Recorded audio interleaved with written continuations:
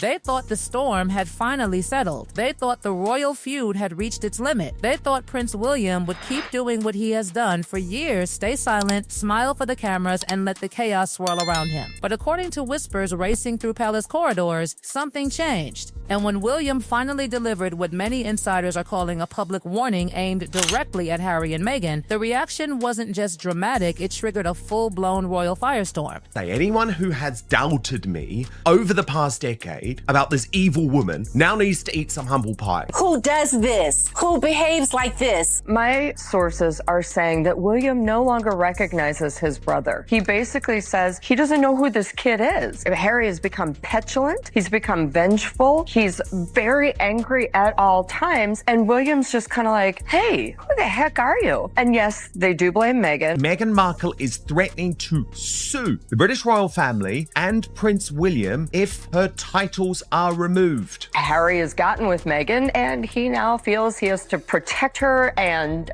defend her at all costs, even when there's bad behavior. For years, the world has watched this family drama unfold like a never-ending television series. Every interview sparked a new argument. Every memoir opened old wounds. Every public appearance created fresh speculation. Yet through all of it, one figure remained remarkably controlled. William rarely fired back. He rarely addressed the accusations. He rarely stepped into the mud. That silence became his shield. But what happens when the silent brother suddenly decides that enough is enough? That question exploded across royal circles after William reportedly sent what many interpreted as a clear message about the future of the monarchy. It wasn't shouted. It wasn't delivered through a press conference. It wasn't wrapped inside some emotional interview. That's not how royal warnings work. In this family, the most powerful statements are often hidden between the lines. They arrive through actions, not words. Through absences, not appearances. Through doors quietly closing rather than loudly slamming. And that's exactly why people are talking, because the timing feels impossible to ignore. While reports of behind-the-scenes reconciliation efforts continued swirling around Harry and King Charles, another narrative seemed to emerge at exactly the same moment. A narrative focused on protecting the future crown, protecting the future king, protecting the institution itself. Suddenly, royal watchers began noticing something unusual. Every discussion about the future eventually led back to William. Every conversation about Harry's position seemed to hit the same wall. Every potential pathway back appeared to run directly through the Prince of Wales. Then came the rumors. The rumors that William had privately made his position crystal clear. The rumors that certain privileges would never automatically return. The rumors that the future monarchy would operate under completely different rules. And if those whispers are true, then Harry and Meghan may have just received the clearest warning they've ever been given. Talk a little bit about Catherine, because I just wanted to say how well she did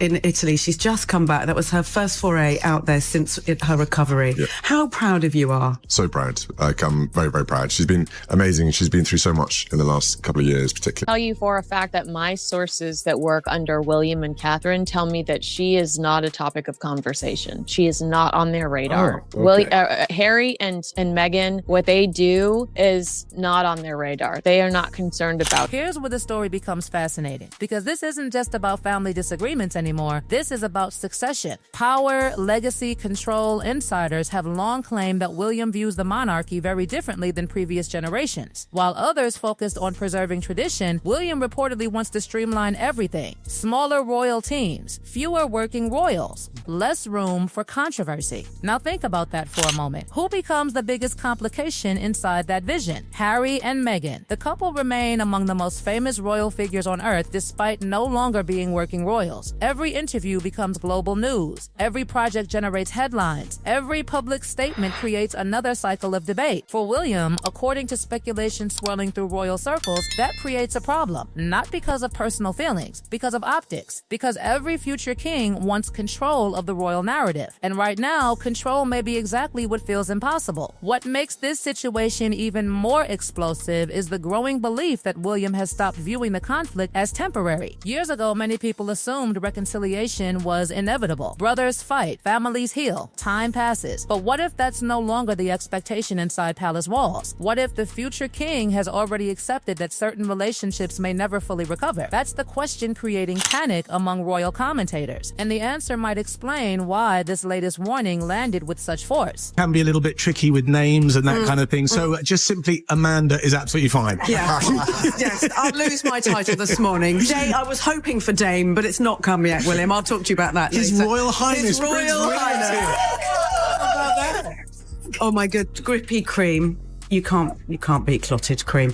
Now, Prince William, what do you do? Think carefully. I love that I'm the authority on that. Here's the big debate. Scones or scones? Scones. I just feel like if you say it really fast, people are like, yeah, you said it the right way. But he's asked about this. And this is, again, one of those cute, quirky, safe morning show questions. What goes first? Your clotted cream or your jam? I love the fact that he's definitely trying to distance himself as the expert on the debate. He brings up his The warning itself wasn't necessarily dramatic. The reaction was, because people immediately started connecting dots. Old decisions suddenly looked different. Past exclusions felt more significant. Certain invitations became impossible to ignore. Certain missing invitations became even harder to explain. The pattern appeared to tell a story about distance, a story about boundaries, a story about a future king preparing for a future reign. And once that interpretation took hold, the firestorm became unstoppable. Commentators began debating whether William was laying groundwork for major changes. Others argued he was simply protecting the monarchy. Some insisted he was defending his wife and children. Others claimed he was responding to years of public criticism. Every theory fueled another headline. Every headline fueled another argument. And every argument brought Harry and Meghan back into the center of the storm. Meanwhile, palace silence only made everything louder, because silence has become the most powerful weapon in this entire saga. When nobody responds, speculation fills the vacuum. When nobody clarifies, rumors multiply. When nobody denies anything, every possibility suddenly feels believable. That is exactly what happened here, and the consequences are still unfolding. Is this normally the time when you're doing the school run? Yeah, I'm hoping that the children are on their way to school. They are listening this morning.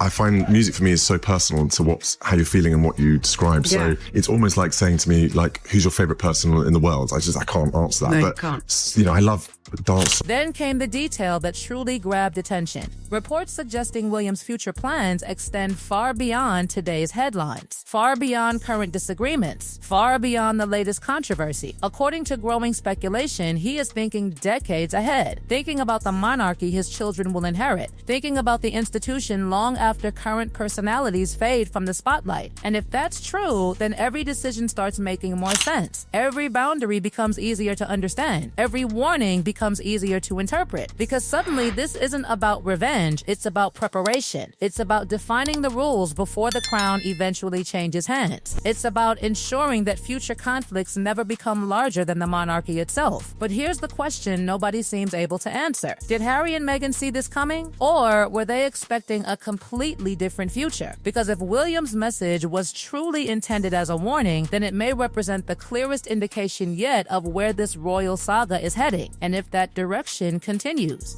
the next chapter could become even more explosive than anything we've witnessed so far. The deeper this story goes, the more one uncomfortable possibility begins to emerge. What if William's warning wasn't directed only at Harry and Meghan? What if it was also aimed at everyone inside the royal system who still believes the old rules can survive in a rapidly changing world? Because according to persistent palace whispers, the future king has become increasingly focused on one thing above all else: protecting the institution from future instability. And in that context, Harry and Meghan are no longer simply family members. They have become symbols of a much larger battle over what the monarchy should look like in the decades ahead. Very like the late Queen, his beloved grandmother in that way. It's been instilled in him by her. All those afternoon teas that they were taking at Windsor Castle when he was a boy at Eton, the Queen was teaching him what's going to happen. She was showing him, this is what you do when you take over the throne. And William has learned from the best that there was, and that was the late Queen Elizabeth II. And it is always that duty and country comes before anything, before even... This is where the atmosphere around the story becomes almost impossible to ignore. Every move seems connected to something bigger. Every public appearance feels loaded with hidden meaning. Every silence feels intentional. While Harry and Meghan continue building their lives outside royal structures, William appears to be building something entirely different behind palace walls, a future monarchy designed to avoid the very controversies that have dominated headlines for years. Whether fair or unfair, that perception is spreading fast. And then came the claims that sent shockwaves through royal circles.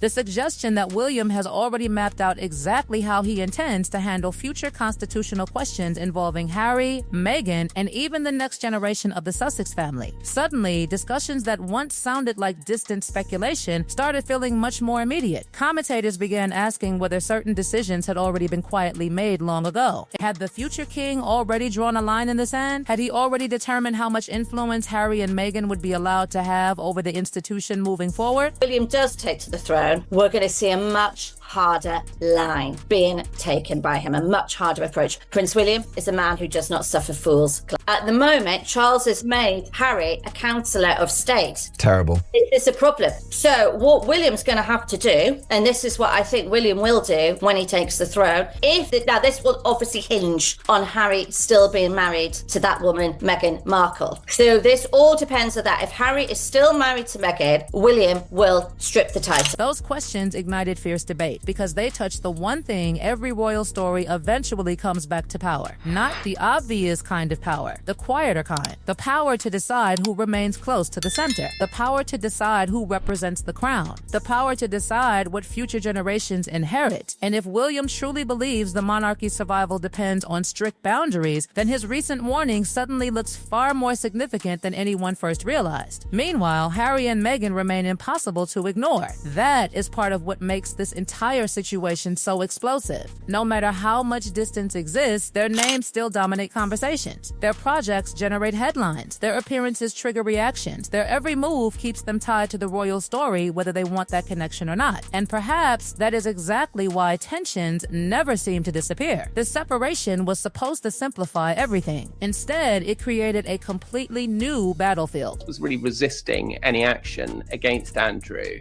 And William was really saying, we have to let the police in. We have to let the police do their worst. We have to let, we have to remove all the protection from him. We have to kick him out of the tent so that he's not part of us. And if that means that he ends up in a court cell or a jail, we'll have to see how the cards fall. People close to Charles were telling me at the time, it's all very well to say that when you're not the king, but when you're king, things look a little different. Source of hers close to the palace, directly addressing the persistent talk of a Project Thor between Harry and the royal family, was that no one ever wants to see Meghan again. And who can blame them? Paula reports from her source, I spoke to one of my very good sources and no, there is no Project Thor. The reason why is that yes, the king would like to see his son and his grandson. No one ever wants to see Meghan again, but they understand Harry is fully untouched. As speculation intensified, another theory started gaining momentum. Some observers believe William's warning was actually less emotional than people assume. They argue it wasn't about anger at all. It was about control, about establishing certainty, about removing ambiguity before it becomes a future crisis. In that interpretation, the warning becomes even more powerful because it isn't driven by frustration, it's driven by strategy. And strategy can be far more dangerous than emotion. Emotion fades, strategy lasts. That's why people inside royal circles reportedly became so alarmed. If William was acting emotionally, time might heal the situation.